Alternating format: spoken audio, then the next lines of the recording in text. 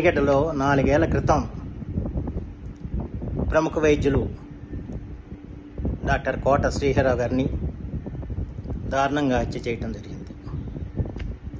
అవనిగడ్డ నియోజకవర్గంలో ఎంతో సంచలనాత్మకమైన ఈ హత్యని పోలీసు వారు ఛేదించలేకపోయారు. ఈ విషయాన్ని గౌరవ ముఖ్యమంత్రి శ్రీ నారా చంద్రబాబు నాయుడు గారి దృష్టికి తీసుకెళ్లగా వారు వెంటనే సిబిసిఐడి విచారణకు ఆదేశించారు. అలాగే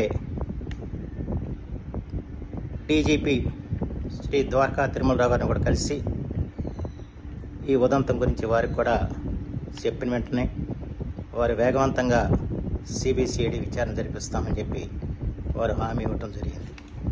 ఎందుకంటే అవనిగడ్డ నియోజకవర్గ ప్రజలందరినీ కూడా భయభ్రాంతులను చేసిన ఈ హత్య సిబిసిఐడి ద్వారా ఛేదించబడుతుందని చెప్పి ఆశిస్తున్నాను. ఎందుకంటే ప్రజలందరూ కూడా ఈ హత్య మీద చాలా ఆవేదనతో ఉన్న సంగతి మనందరికీ కూడా తెలిసిన విషయం. అవనిగడ్డలో అయితే కొంతకాలం పాటు ఎవరు కూడా రాత్రిపూట తలుపులు తీయటానికి కూడా సాహసించిన పరిస్థితి కూడా మనకు తెలుసు. అలాగే పవన్ కళ్యాణ్ గారు ఎన్నికల ప్రచారానికి వచ్చినప్పుడు ప్రజలు ఓట్లు బట్టి దీని మీద విచారణ జరిపించాలని కోరిన సంగతి కూడా మీ అందరికీ తెలిసిన విషయం. ప్రతి ఒక్కరి హృదయంలో కూడా ఈ హత్య ఎందుకు ఛేదించబడలేదని చెప్పన్న అనుమానాలు, ఆవేదన కూడా ఉన్న సంగతి కూడా మనందరికీ తెలిసిన విషయం.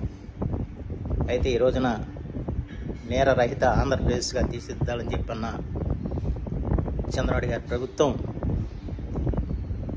ఈ విషయంలో స్పందించి సిబిసిఐడి విచారణకు ఆదేశించినందుకు వారికి ప్రత్యేకించి నేను హృదయపూర్వకంగా కృతజ్ఞతలు తెలియజేసుకుంటున్నాను.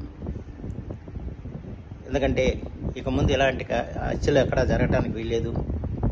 జరిగినా కూడా పోలీసు యంత్రాంగం స్పష్టంగా పనిచేసి దర్యాప్తు చేసి నిందితులని పట్టుకునే విధంగా పనిచేయాల్సిన అవసరం ఉంది. నిన్న ముఖ్యమంత్రి గారు కూడా శాసనసభలో ఇదే విషయం చెప్పడం జరిగింది. ఎందుకంటే రాష్ట్రంలో గత 5 ఏళ్ళుగా శాంతి భద్రతలు ఏ విధంగా క్షీణించాయో అటువంటి పరిస్థితులు ఉండకూడదు.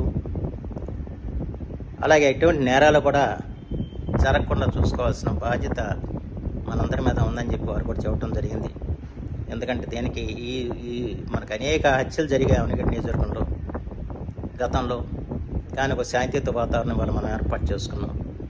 కానీ కోట శ్రీహర్రావు గారి హత్య ఎవరు చేశారు, ఎందుకు చేశారు అన్న విషయాన్ని 4 ఏళ్ళుగా మనం పోలీస్ వ్యవస్థ ఛేదించలేకపోయింది.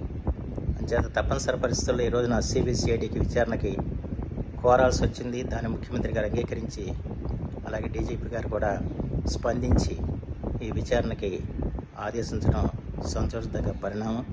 అందుకు వారి ఇరువురికి కూడా నా హృదయపూర్వక కృతజ్ఞతలు తెలియజేసుకుంటూ ఈ హత్యకు సంబంధించిన సమాచారం ఏదైనా ఉంటే తప్పనిసరిగా మీరందరూ కూడా సిబిసిఐడికి అందించి కోట శ్రీహర్రావు గారి ఆత్మశాంతి కలిగేలాగా చేయాలని చెప్పి నేను కోరుకుంటున్నాను.